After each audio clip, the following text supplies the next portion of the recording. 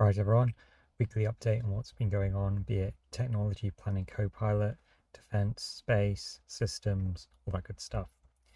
So we had the conference, DPRTE, which I know I never can quite remember what it stands for. It is the Defense Procurement Research Technology and Exportability Conference, which is held in Farnborough, which has many different members of the UK government with regard to defence and also industry, SMEs, things of that nature. Very, very big conference, a lot to do, a lot to share with what we've been working on with our particular software, technology planning Copilot. And yeah, it's a great place to meet and connect. And on the government side, there was a lot around MOD strategic procurement reform, in particular, having a much larger amount of the government defence spending to be spent within SMEs.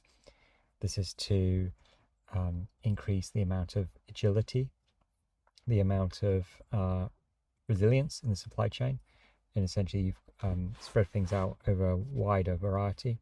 Yeah, so it's very, very good time to be if you're an SME and you're interested in defense, and also push for more dual use activities.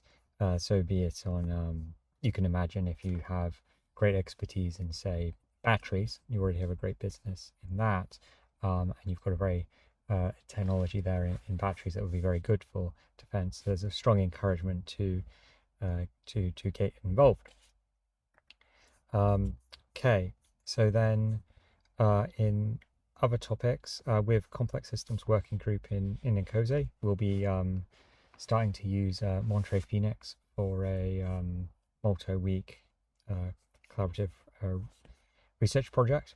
So as you all like to know, I'm very much involved with Complex Systems Working Group, and broadly complexity here is defined to be where there is insufficient certainty with cause and effect. There are many definitions of complexity, but broadly it's that one. It isn't just things that are, say, difficult. And so Monterey Phoenix, if you're unfamiliar, is a tool developed by the Naval Postgraduate School in the United States. And it's a language where you can describe assumptions as to what the system should be doing, and then it will exhaustively review all of the different behaviors that can emerge from that, such that you can identify emergent behaviors that are broadly unexpected. And the phrase they often use is red teaming your thinking. Then built environment connective. So this is another collaborative research program. Isn't even quite the right word. It's about bringing together different stakeholders with regard to the built environment. So you may remember the podcast episode we recorded with two of the leaders of the built environment, which was Alexandra Bolton and Mark Enzer. And this is all about bringing people who are interested in improving the built environment for long-term sustainability, be that economic, environmental, and other things, and using all the great systems toolbox into the built environment, which has very, very long life cycles. If you remember in that podcast episode, which I think was released in sort of July 2025 from memory, it was definitely summertime. The built environment, where I find it's quite interesting, and in that episode I spoke a fair amount about, with, let's say, infrastructure corridors. Once they're created, it's very rarely that they are modified in any significant way. So what we mean by an infrastructure corridor, you think about a large railway line or a motorway linking between two cities. Even if we radically changed our transportation methods, at least ground transportation methods, broadly they would continue to follow that same path. And you can see that in, say, the when you are laying down a new piece of infrastructure, often it goes parallel to another one. And you see that actually in Los Angeles quite a bit, where you'll have a interstate or freeway where they'll take several lanes of it and convert it over to light rail.